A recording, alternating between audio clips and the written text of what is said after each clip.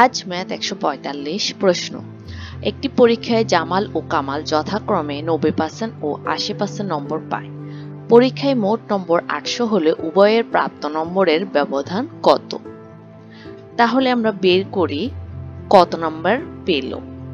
তাহলে মোট নম্বর 800 হলে জামালের 90% প্রাপ্ত নম্বর 800 এর 90%। তাহলে 800 গুণ 90 ভাগ 100, এই পার্সেন্টটার জন্য 100 দিয়ে ভাগ, তাহলে পাই 720। অর্থাৎ জামাল পায় 720 নম্বর। এখন কামাল কত পায় আমরা বের করি।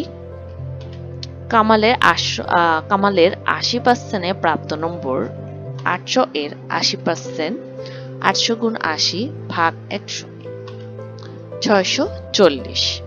এখন উভয়ের প্রাপ্ত নম্বরের ব্যবধান কত ওটা বের করি।